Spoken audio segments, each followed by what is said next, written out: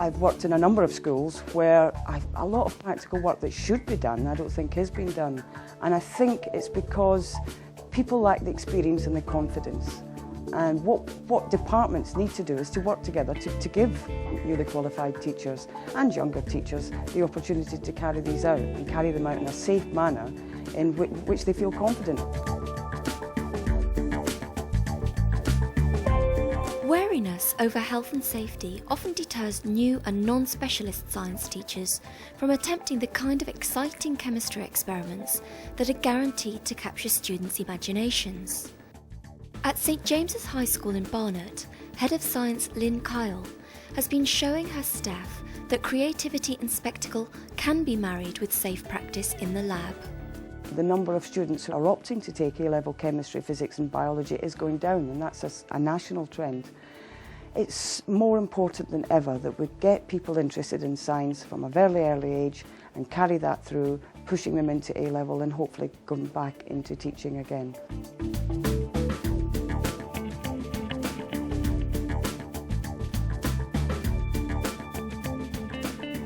We're going to see that the copper oxide is going to be reduced. Wendy Butler studied biology at university, but when she became a teacher, she found herself having to incorporate chemistry experiments into lessons. Today, she is giving demonstrations of redox reactions to a Year 11 group. So, what we're going to do today is we're going to put the theory into practice, and we're going to make Jelly Baby scream. And here's my Jelly Baby. Aww. Would you like it to go head first or feet first? Head first. Head first, we're all in agreement. Wendy begins the lesson with an old favourite, the screaming Jelly Baby, in which sugar is oxidised by molten potassium chlorate.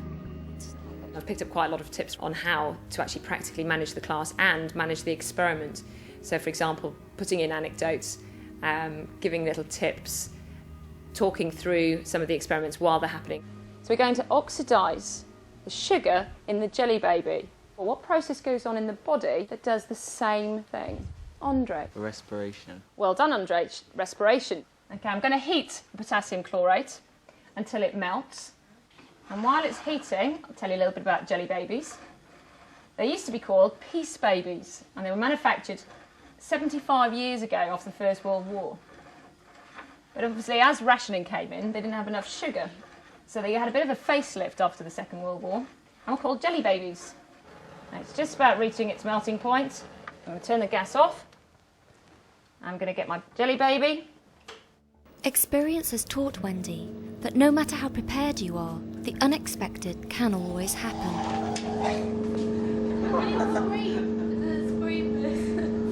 But that's never happened before. Fortunately, the precaution of conducting this experiment in a fume cupboard has meant that the Jelly Baby is the only victim, and Wendy continues undaunted. It spat the Jelly Baby out. What was supposed to happen? Well, the Jelly Baby reacts with the potassium chlorate as it oxidises the sugar in it. Lots of gases are released, and as the gases are released, that's where you get the noise from. And you'll see, what characteristic flame colour would potassium have? Lilac. Lilac, well done. But we'll come back to it later, and hopefully Baby will be screaming by the end of the lesson. There's always the risk that something will happen that you're not expecting. I think you've got to expect that with any experiment. If you've practiced it with an experienced teacher, if you're willing to adjust your practice as you go along, you can make that hazard minimised. Although Wendy's experiment didn't go according to plan, she conducted it safely and confidently. Attending Lynn's twilight sessions for non-chemists and NQTs has helped her develop the skills to do so. Many of the experiments Lynn demonstrates have been selected because they will offer an exceptionally visual focus for students. She knows that most inexperienced teachers would shy away from them because of potential risks. Many of the experiments that I'm going to be looking at have very definite hazards to them, but they are hazards that you can minimise, virtually eliminate. And it does come back for a final kick, which is something you have to be aware of. There it goes. As well as being part of the actual bit of science that you're teaching, for example, if you were teaching respiration, or if you were teaching redox reactions. It's a nice little filler at keeping up their interest as well. I mean, I know the children love it.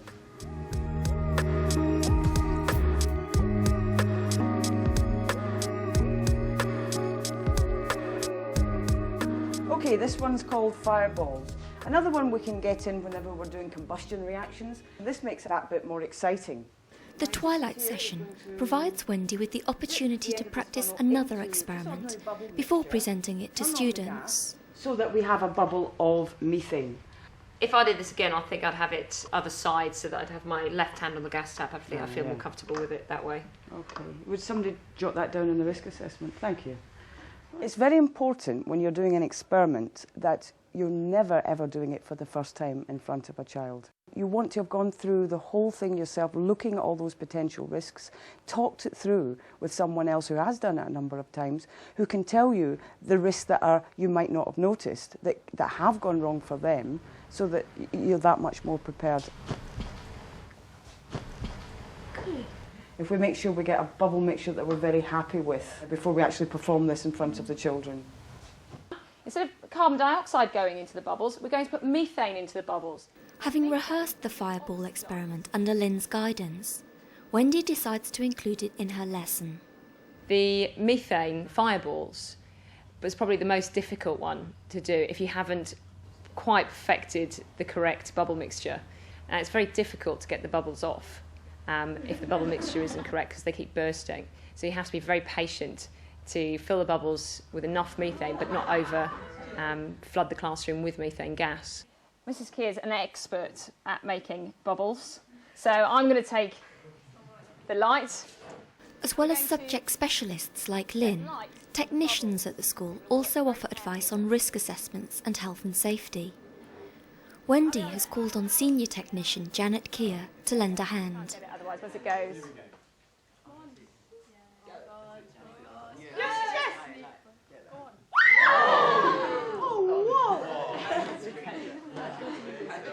It's great. Again. That's it.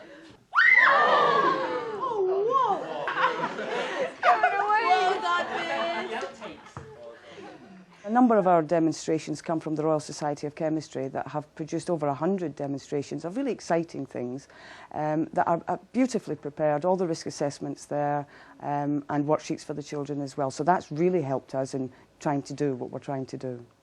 CLE apps are fantastic. I mean, they produce hazard cards, you know exactly what the hazard with that particular chemical is. They give examples of good risk assessments with that particular practical.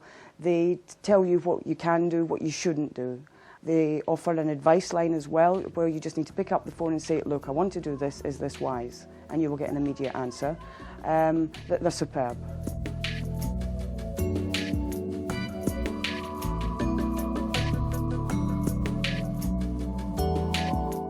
Now please remember that you have got a flammable liquid here. You do have a naked flame, so you have to be very careful in its position. Lynn shares another experiment with her staff. Having seen that a banknote-sized piece of paper soaked in water will not burn, and that paper soaked in ethanol will burn, pupils must predict what will happen to paper dipped in a mixture of water and ethanol. But to increase the suspense, the teacher will claim to run out of paper and needs to borrow a real banknote. In the lesson, the success of this experiment will depend on Wendy's showmanship. Have you got any money on them? You've got a £10 note. Can I borrow it? Thank you. We're going to put it into the ethanol and water mixture. 25 centimetres of water, 25 centimetres of ethanol. What do you think is going to happen to the £10 note? It turned into a £20 note? Thank you, Lawrence. I would love that to happen, but we're going to find out. See if your prediction's correct. There we go. There's my £10 note. Just shake off the excess, and we'll see if your prediction is correct. Has it burnt? The ethanol burns away. but the water keeps the temperature of the paper below its ignition point, so it doesn't catch alight. So therefore, Annette, you can have your £10 note back.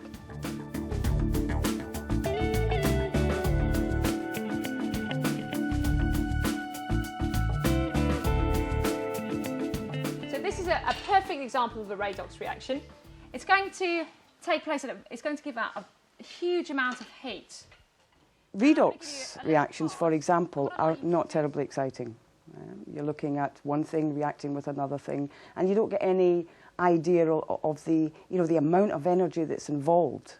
Take, for example, the thermit reaction. So violent that you can have molten iron at 3,000 degrees. On paper, that doesn't look very exciting, but when you actually see that experiment, wow, it really comes home to you what that reaction's all about and just how much energy is generated by it. I think out of all of the experiments, the most successful one is the thermit reaction, because we found a perfect recipe, if you like. The technicians have managed to perfect the best way of setting the equipment up for us, and it lights exceptionally quickly and has a great effect. The thermit powder is bought in, so it's ready prepared, so it's just a matter of weighing out the correct measurements that we're going to use.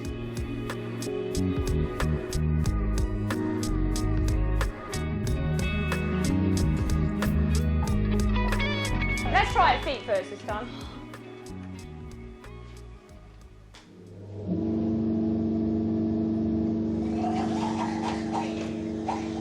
It certainly wouldn't, the lesson itself wouldn't have really had such an impact if it hadn't have been for those demonstrations. And the poor little jelly baby is howling. They wouldn't have been able to do those bench top, and it's good fun to round off topics.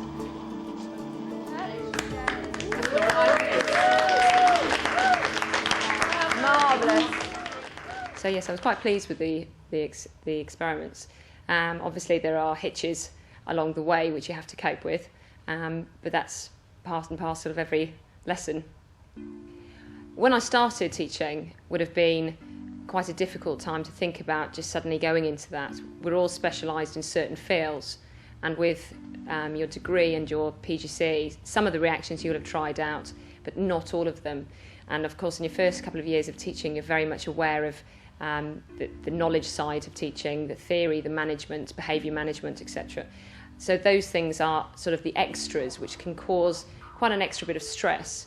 But obviously with Twilight sessions, that's the prime opportunity to actually try them out.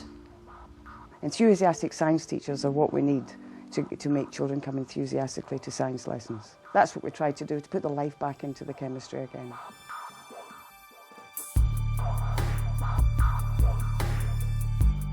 For comprehensive safety guidelines, including risk assessment forms and advice, science teachers can contact CLEAPS.